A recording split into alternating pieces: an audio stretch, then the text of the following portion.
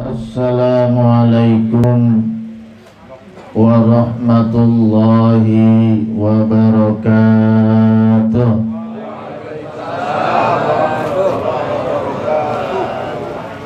Alhamdulillah ala ni'amillah, wassalatu wassalamu ala rasulillah, la hawla wa la quwwata illa billah. Qala Allah Ta'ala fi kitabihil karim, a'udzu billahi minasy syaithanir rajim. Kullu nafsin dha'iqatul maut. Wa qala Rasulullah sallallahu alaihi wasallam, mal mayyit fi qabrihi illa kal ghariqil mughawwis. Wa qala aidan wa kafa bil mauti wa idza. Rabbi shrah li sadri wa yassir li amri wahlul 'uqdatam min lisani yafqahu qawli. Rabbi zidni ilman nafi'a warzuqni fahman jaida bil laili wan nahar. Allahumma faqihni fid din wa 'allimni ta'wilah. Amma ba'du, yang saya hormati keluarga besar Bani Haji Ali. Dalam hal ini wa usulihi wa usulihi wa furu'ihi, anak dan cucu terlalu banyak, saya tidak bisa sebutkan satu persatu. Cukup saya sebutkan dua orang saja mewakili dari anaknya. Yang pertama Bapak Haji Salbani, yang kedua Syekh Abdul Malik. Insya Allah jadi. Dari cucunya yaitu Saudara Mustafa dan Haji Maryasin. Juga yang saya hormati Ketua Dewan Masjid Indonesia Kecamatan Cipondoh, Syekhuna Al-Ustadz Dr. Andas Haji Syahroni. Yang saya hormati Sohibut Tahlil wal Yasin Al-Ustadz Haji Alim Nur MPD, teman saya yang sudah lama tak sua, malah waktu saya kondangan dia juga kagak ada, Al-Ustadz Haji Bukhari. Para asatidz, para hujat, para jamaah sekalian yang tidak saya sebutkan satu persatu, tapi insya Allah kehadiran kita pada malam hari ini malam takziah yang ketujuh ya. Mudah-mudahan dicatat oleh para malaikat Allah sebagai nilai ibadah. Insya Allah yang hadir pada malam hari ini dapat berkah dunia dan akhirat. Berkat dunia entar pulang nenteng berkat kalau ada. Yang kedua adalah akan mendapat nilai pahala kelak di sisi Allah Subhanahu wa ta'ala. Kita sebagai manusia dipanggil oleh Allah di dunia ini 3 kali. Berapa? Ingat tuh, kita dipanggil oleh Allah sepanjang hidup kita di dunia ini 3 kali. Yang pertama panggilan sholat. Berapa kali dipanggil sehari semalam? 5 kali, 17 rakaat. Itu yang wajib, jangan ditambah, jangan dikurang. Karena sok tahu, sok pinter, sok ahli ibadah, subuh tambah jadi 3 rakaat. Itu namanya kuple itu. Nggak boleh. Jadi kalau kita merasa kurang ibadah, boleh ditambah, yaitu sholat sunnah, baik qobliyah maupun ba'diyah. Ini yang dinamakan sholat sunnah rawatib. Ya dah? Sholat sunnah rawatib adalah sholat yang dikerjakan hukumnya sunnah tapi menyempurnakan ibadah sholat wajib. Sangat penting perannya nanti di akhirat tuh, apalagi yang sholatnya sering bolong. Yang kedua, yaitu kita dipanggil untuk menunaikan ibadah haji dan umrah. Yang ketiga, panggilan terakhir nih. Setelah itu udah gak ada panggilan lagi. Panggilan yang ketiga adalah inna lillahi wa inna ilaihi rajiun. Abis dah tuh manusia sejarahnya di dunia ya. Mudah-mudahan kita sebelum dipanggil panggilan ketiga, yaitu panggilan maut, kematian, mudah-mudahan kita sudah memenuhi panggilan Allah yang pertama dengan baik dan konsisten, yaitu sholat 5. Dan juga mudah-mudahan sebelum kita dipanggil kematian, kita sudah memenuhi panggilan Allah ke tanah suci Mekah, menunaikan ibadah haji atau umrah. Amin ya rabbal alamin. Yang pertama, panggilan sholat. Apa itu sholat? Yang sering kita dengar kalau kita ngaji fikih dari guru-guru kita, sholat itu adalah aqwalun wa af'alun mahsusotun. Saya tambahin, mahsusotun muftatahatun bitakbir wa muftatamatun bitaslim. Sholat adalah, ya ini definisinya. Kita sering kadang-kadang ditanya sholat, apa itu sholat? Bengong gitu ya.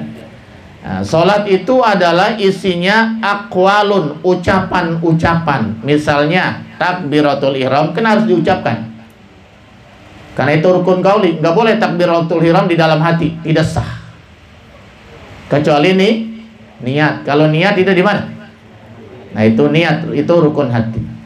Baca Fatihah itu namanya aqwalun, harus diucap. Baca tasyahud akhir itu wajib diucapkan. Kenapa saya katakan mahsusatun? Karena tidak sah membaca hal-hal yang tidak ada tuntunannya di dalam sholat. Bisa rusak itu sholat. Jadi tidak semua kalimat bisa diucapkan di dalam sholat. Betul? Yang kedua, wa'af'alun, perbuatan-perbuatan sholat. Apa itu? Seperti berdiri, seperti i'tidal, ruku, sujud dan sebagainya. Itu namanya perbuatan-perbuatan. Apakah boleh melakukan perbuatan yang tidak ada hubungannya dengan sholat? Tidak boleh, bisa batal, ya kan ya. Makanya mahsusatun, ucapan-ucapan, perbuatan-perbuatan yang khusus yang sudah ditentukan dalam ilmu fikih. Kemudian muhtatamatun, dibuka dengan takbiratul ihram ya.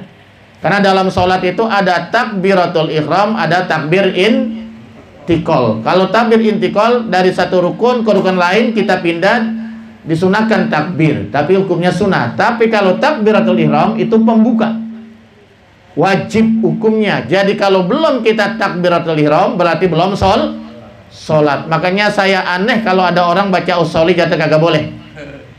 Padahal kalau kita baca usholi udah sholat apa belum? Belum, karena belum takbiratul ihram. Jangankan sholat, nyanyi juga boleh kalau belum takbiratul ihram, betul gak? Begadang jangan begadang, Allahu Akbar ya. Cuman orang bingung, ini bocah stres sama apa. Tapi secara hukum tidak jadi masalah. Apalagi baca usholi, betul gak? Usholi itu bukan niat tetapi lafaz niat. Bagi Imam Syafi'i itu hukumnya bukan rukun. Untuk menghantarkan hati, memantapkan hati, tapi niat kita hadirkan di saat di tengah-tengah takbiratul ihram. Wa muhtatamatun bitaslim, dan ditutup dengan salam. Salam yang mana? Karena sholat salam 2 kali. Assalamualaikum warahmatullahi, ke kanan, assalamualaikum warahmatullahi. Berarti yaitu yang dimaksud ditutup dengan sholat ini adalah takbir yang pertama. Yang kedua sunnah. Maksudnya kalau kita setelah salam, maksudnya ya, kalau kita setelah salam yang pertama assalamualaikum warahmatullahi kemudian kentut, batal nggak gitu? Tidak batal, karena sudah ditutup dengan salam, berarti sholat telah selesai.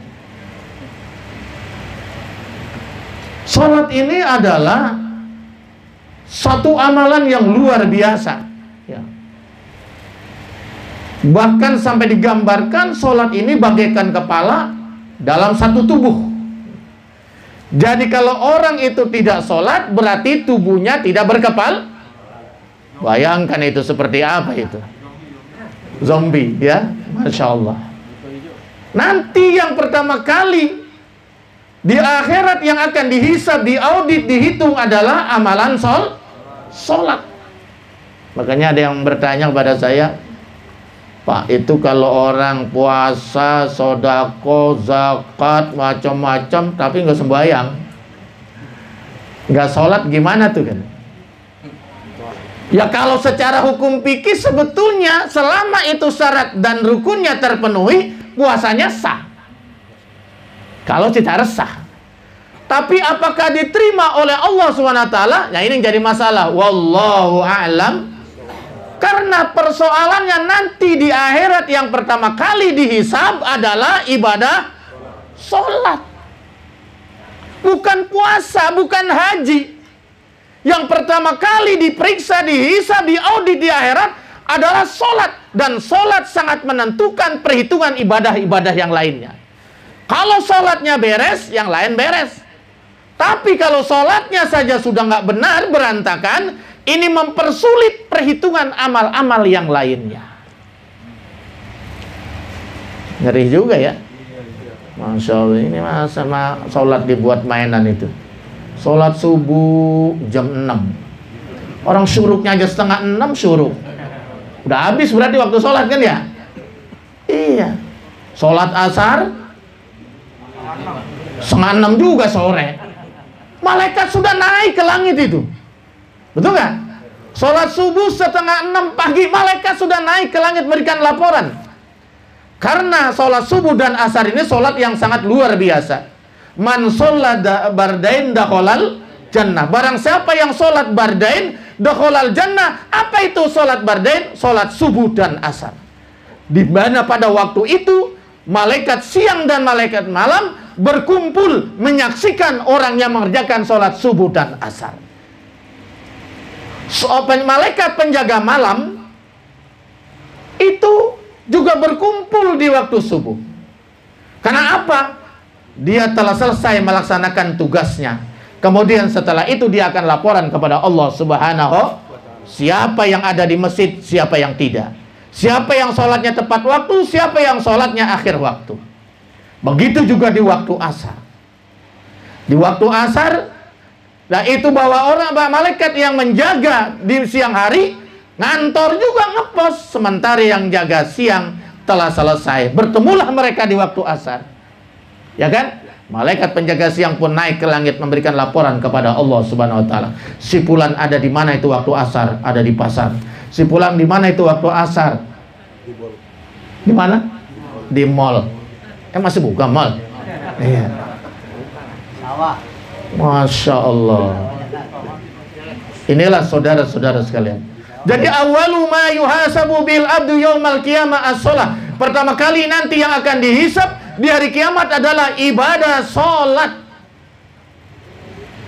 Kalau sholatnya baik, yang lain insya Allah baik.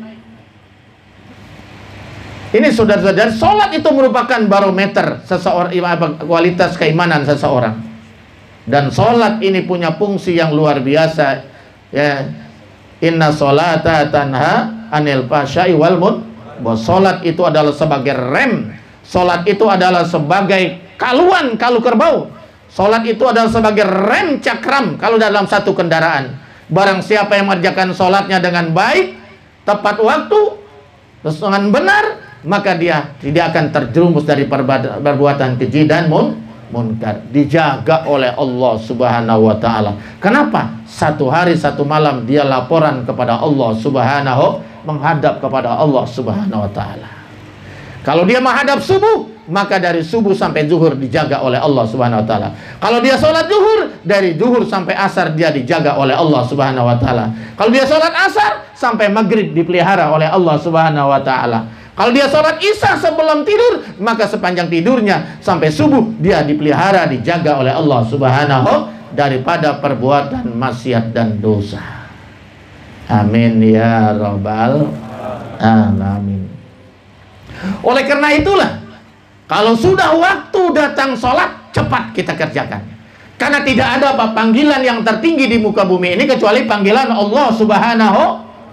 Kalau sudah terdengar suara azan, Allahu Akbar, Allahu Akbar, Akbar, sampai neonya.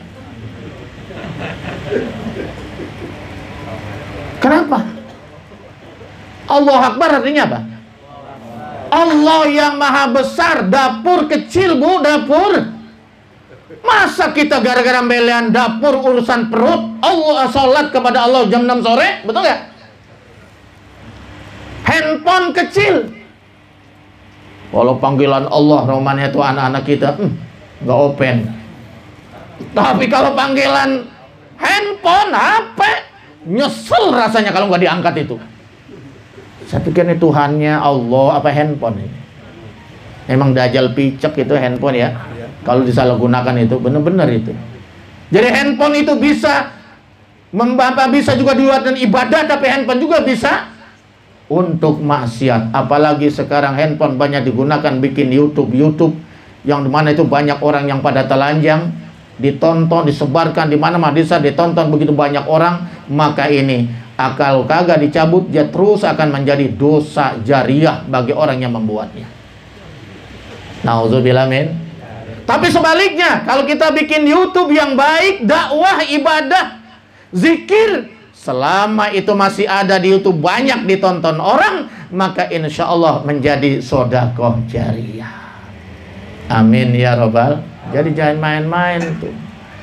Apalagi kalau ghibah, fitnah, dimasukin ke YouTube, ditonton orang ribuan, jutaan orang. Berapa banyak itu dosa itu. Nauzubillah min. Nah, makanya kata Nabi, nikmal mal biyadi rajulis soleh. Sebagus-bagusnya harta benda itu kalau dipegang oleh orang yang soleh. Handphone dipegang oleh orang soleh, dia bisa buat ibadah jam 3 pagi sebelum apa dia berbunyi, berdering, kemudian bangun malam dia sholat tahajud. Gara-gara apa tuh? Gara-gara handphone, alarm. Betul nggak ya? Setiap waktu ada suara azan tuh di handphone, mengingatkan, bisa buat ibadah. Di YouTube yang dia crossing, yang dia buka apa? Dakwah. Jadi bisa ibadah tambah ilmu, betul? Tapi kalau handphone dipegang oleh orang yang salah, oleh orang yang ahli maksiat, maka dia akan semakin terjerumus dengan maksiat dan semakin jauh dari Allah Subhanahu wa ta'ala. Nauzubillah min. Jadi hati-hati dengan teknologi ya. Nanti sebentar lagi akan keluar lagi teknologi handphone yang lebih canggih daripada ada yang sekarang. Ya. 4G itu katanya udah ketinggalan, ada lagi yang terbaru. Masya Allah, luar biasa Cina itu ya, menghancurkan kita itu. Jadi makanya kalau usah terdengar suara azan, karena itu panggilan yang tertinggi, itulah panggilan Allah, maka tinggalkan dulu urusan dunia, penuhi panggilan Allah Subhanahu. Tadi saya katakan di mukadimah bahwa kita dipanggil hanya 3 kali. Yang pertama adalah panggilan Allah, yaitu adalah mengerjakan ibadah salat 5 waktu. Ajilu bis sholah qoblal paut, karena Nabi, ayo cepat-cepat kerjakan sholat sebelum habisnya waktu. Wa ajilu bit tobah, cepat-cepat bertobat sebelum qoblal maut, sebelum datang kematian. Inilah saudara-saudara sekalian. Dan kadang-kadang Masya Allah, sholat dianggap remeh itu. Ada yang berani meninggalkan sholat tapi merasa kayak tidak punya dosa. Betul nggak? Makanya bapak-bapak, ibu-ibu yang punya anak di rumah, lihat kalau subuh, kalau ibu bisa sholat subuh tepat waktu, bapak bisa sholat subuh tepat waktu, lihat periksa kamar anak kita itu. Udah bangun apa belum? Betul nggak? Jangan kita sibuk dengan sendiri, jangan kita sibuk masuk surga sendirian. Ku anfusakum wa ahlikum. Selamatkan diri kamu, selamatkan keluarga kamu. Siapa? Istri dan anak-anak kalian. Ajak ke surganya Allah Subhanahu wa ta'ala. Bangunkan di waktu subuh, suruh sholat subuh. Malah kata Nabi 7 tahun perintah sholat, 10 tahun gak mau sholat, pukul. Bagaimana kalau yang sudah SMA, bagaimana kalau yang sudah kuliah tidak mau sholat subuh, apain kira-kira? Kata Malik, kena bejak aja bejak. siram pakai air, diperintah oleh Rasulullah itu. Betul. Nggak apa-apa kita sedikit kejam karena demi kebaikan anak, daripada kita nanti bisa berantem di hadapan Allah, anak jadi musuh kita, jadi fitnah. Nauzubillah min. Karena anak itu bisa memberikan syafaat, bisa menuntun kita ke surganya Allah Subhanahu wa taala, tapi anak juga bisa menjadi fitnah, menuding kita, menjerumuskan kita ke api neraka. Nauzubillah subhanahu. Amin ya rabbal alamin. Mudah-mudahan anak kita ini menjadi anak yang soleh dan soleha, menjadi kebanggaan di dunia dan nanti di akhirat bisa menuntun orang tuanya ke surganya Allah Subhanahu wa ta'ala. Padahal ada dalam sebuah hadis itu, man taraka sholatan muta'ammidan faqad kafara jihara. Barang siapa yang meninggalkan sholat muta'ammidan dengan sengaja, maka faqad kafara jihara, telah jelas dia kekufurannya. Nauzubillah min. Tapi yang namanya muta'amidan di sini maksudnya adalah lil inkar. Barang siapa meninggalkan sholat 5 waktu lil inkar, alah sholat lagi pak, waya begini masih sholat pak, di zaman teknologi kagak penting sholat mah, inkar namanya itu. Sholat dianggap nggak penting, sholat tidak wajib, berarti dia telah inkar dengan perintah Allah dan Rasulnya, maka hukumnya kafir. Nauzubillah min. Pak Ustadz, tapi anak saya memang pernah tidak sholat, tetapi dia meninggalkan sholat bukan karena menentang, bukan karena inkar perintah Allah, tapi lil kasal, karena males. Kan ada orang nggak sholat karena males ya? Iya kan? Males, lalai. Iya.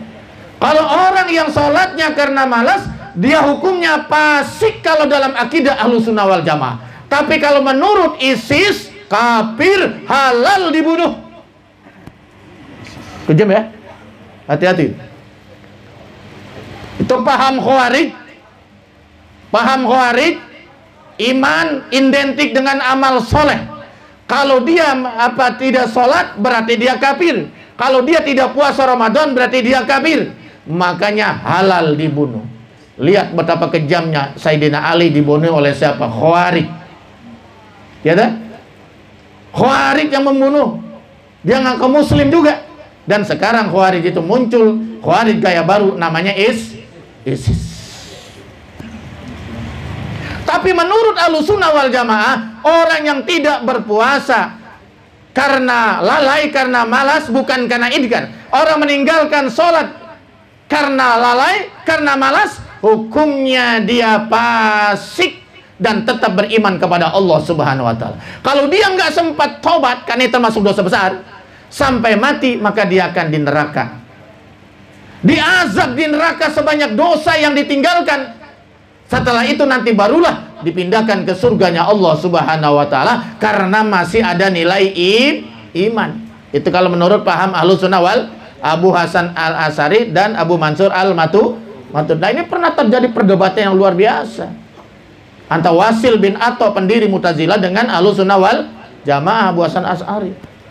Kalau menurut Wasil bin Atha, orang yang tidak mengerjakan sholat, orang yang tidak mengerjakan puasa Ramadan, padahal dia mampu, maka hukumnya dia wala mu'min wala kafir. Dikatakan mukmin juga tidak, imannya palsu, dikatakan kafir juga tidak. Bagaimana nanti posisinya di akhirat? Kan ribet ini. Kalau wala iman wala kafir, mana? Wala kubur. Posisinya di akhirat menurut Mu'tazilah, orang yang melakukan dosa besar dan tobat, maka hukumnya dia antara neraka dan surga. Kan neraka kagak, ke surga kagak, jadi satpam dia. Nggak ada kepastian hukum. Tapi menurut Ahlussunnah wal Jamaah, Abu Hasan Al-Asy'ari, orang yang melakukan dosa-dosa besar, dia meninggalkan sholat 5 waktu, dia meninggalkan puasa Ramadan, dia meninggalkan kewajiban haji, dia meninggalkan zakat, dia berzina, dia minum minuman keras, dia tidak sempat bertobat sampai mati. Bagaimana hukumnya? Fasik, imannya rusak. Nanti di akhirat kalau dia nggak tobat, maka dia akan diazab sebanyak dosanya di neraka. Jadi mampir dulu di neraka. Setelah selesai dosa-dosanya barulah dipindahkan ke surga. Maka ada sebuah cerita, ada orang sudah masuk surga bertahun-tahun, dia baru nongol. Kamu kemana aja? Saya udah lama di surga, menikmati surga begini indah, kok kamu baru masuk, baru kelihatan? Saya mampir di neraka sakor, mentok dulu di neraka sakor itu. Masalah kakum pisakor, kenapa kamu bisa mampir dulu di neraka sakor? Walam nakum minal musholin, waktu di dunia saya nggak sembahyang. Emang kamu orang mana? Blok Al Jihad. Emang nggak ada masjid? Ada dekat. Kenapa kamu nggak masjid? Nonton sinetron. Ya, Indosiar. Istri yang tersakiti hatinya itu, nggak ada habisnya. Dari habis subuh udah diputar tuh sinetron, betul gak? Sampai zuhur, bahkan sampai sore. Bahkan sekarang nih, kan gak ada dangdut akademi, sampai malam, Pak. Masya Allah. Inilah saudara-saudara sekalian, hati-hati, hati-hati. Ya. Sekarang yang saya mau tanya, apakah mau masuk langsung masuk surga atau mau mampir dulu?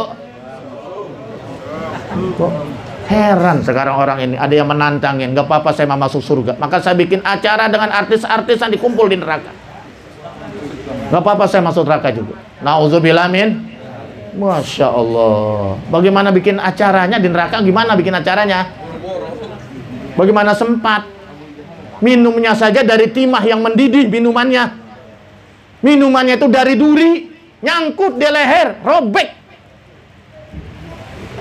Nauzubillah min. Kok berani-beraninya itu ngomong seperti itu? Ya, mudah-mudahan kita, istri kita, anak-anak kita bisa menjaga panggilan Allah yang pertama ini, yaitu panggilan sholat, karena ini yang pertama kali dipertanggungjawabkan di hadapan Allah Subhanahu